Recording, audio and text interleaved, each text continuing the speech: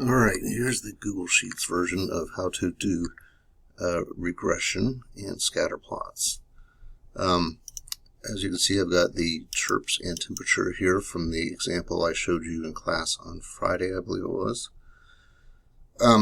Basically, the easiest way to do this is to just start by selecting that entire grid, including the labels at the top, and then go Insert, Chart, and it automatically detects that a good option for that would be a scatter plot. So it gives you a scatter plot.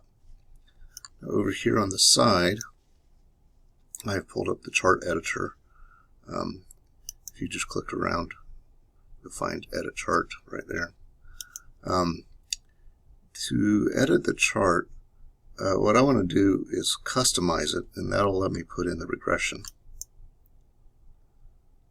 Okay, and under Customize, what I'm looking for is a series.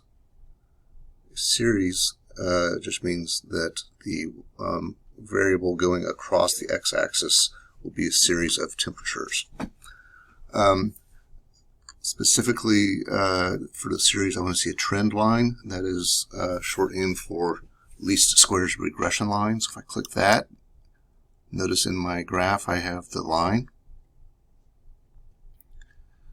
Down here, I want to label that line. This is where I get my equation.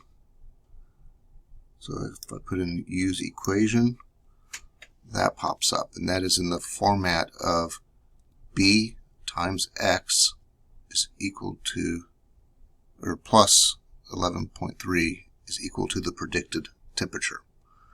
So 4.02 times x plus 11.3, b times x plus a is equal to y hat temperature. If you want to, you can also show r squared on there. That's the effect size. That's up to you.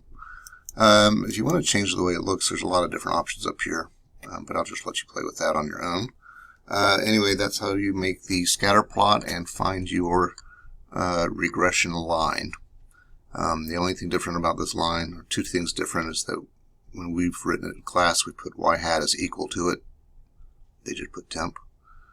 And we have, I think we have a tendency to put 11.3 plus 4.2 times x, but I'm not sure. Anyway, I hope that makes sense. Alright, now, if you wanted to, you can also calculate the correlation coefficient over here.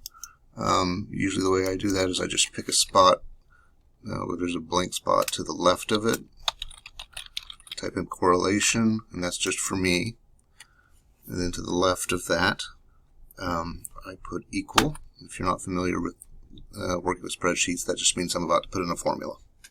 So it's equal to the correlation, which is just abbreviated CORREL, C-O-R-R-E-L, parentheses, and then here I'll just click and select one column of numbers, comma, click and select the other one, close parentheses, and enter. And there's my correlation coefficient of 0.911.